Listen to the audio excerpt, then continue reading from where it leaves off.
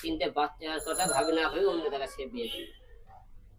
আমি খারাপ হলে মনে করেন সে তো তিনটে সন্তান লেবার করে খেতে পারতো, খাইলো না। আচ্ছা দেখা এখন তারপরে আমার জীবনে আসলো কে, নুসরাত। নুসরাত নামে একটা মেয়ের সাথে মডেল, তার সাথে পরিচয় হয়।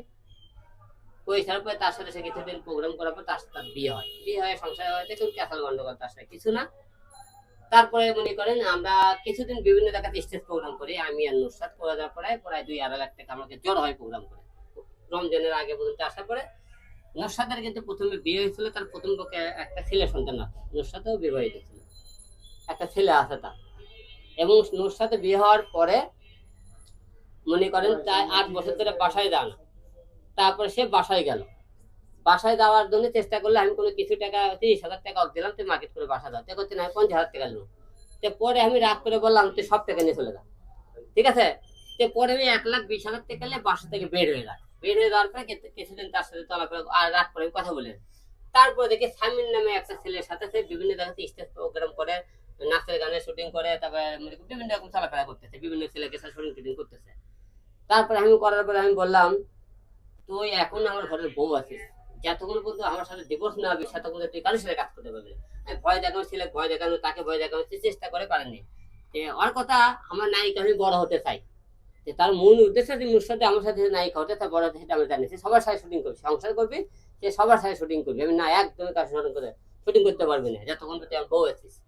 পরে সে কথায় বাধ্য হয়ে আমার চাপে কি করলো, যখন কাজ কাম করবো সে বাধ্য হয়ে সে করলে কি করলো, আমাকে ডিভোর্স দিল। আমি হিরো আলমকে ডিভোর্স দিলাম। প্রতিটা মেয়ে ডিভোর্স দিতে একটা কথা বলছে, হিরো আলম চরিত্র খারাপ, এই জন্য সে আমাকে ডিভোর্স দিতে পরকীয়া করে। রিয়া এবং অন্য অন্য যে নুসরাত, তোমরা তো মুসলমান হয়ে থাকো, 2 রাকাত নামাজ পড়ে কোরআন শরীফ পাঠলে বলবা যে আমি পরকীয়া দ্বারা এক জায়গায় ধরছে। তোদের পরকীয়া তো ধরতে পারে, ইসলাম মোতাবেক আপনারা পাথর মেরে তাকে নাকি মারে ফেলে দাও। আপনারা আমার পাথর মেরে মেরে ফেলে দেবে, ওরা তো পরকীয়া হাতে ধরতে পারে।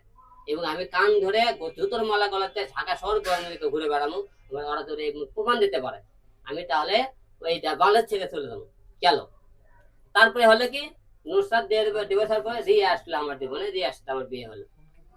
রিয়ার সাথে কি আমাকে পয়সা ফেসবুকে পরিচয় হলো। সে রিয়ারও কিন্তু বিয়ে হতো, তার একটা মেয়ে সন্তান আছে, ঠিক আছে। সে বারে ডান্স করে, বারে রিয়ামণি মায়ামণি তার 2 বারে ডান্স করে, বারে ডান্স করে বিভিন্ন বারে থাকে। তার সাথে আমার ফেসবুকে যোগাযোগ যে আমার স্টেজ প্রোগ্রামে করাতে কিছু লোক লাগবে, সে ভালো নাচ করতে পারে। তো তার সাথে যোগাযোগ আমাকে স্টেজ প্রোগ্রাম করলো, কিছু প্রোগ্রাম করতে করতে তার ভালো সম্পর্ক হয়ে তার সাথে আমার বিয়ে হয়। বিয়ে হওয়ার পরে সে মনে বিভিন্ন রাতে মনে করেন লোকের সাথে TikTok video, reel video shooting করতে চায়। আমি মানা করলাম না শুটিং করে, তার সাথে কিন্তু ক্যাসাল গন্ডগোল। পরে ক্যাসাল গন্ডগোলে একদিন মার দিলাম, সে বলে আর করবো না, মাফ চালো গেলাম। তারপরে কিছুদিন পরে সে আবার মনে করেন দেখি কি আসলে আবার মানে ক্যাসাল হলো।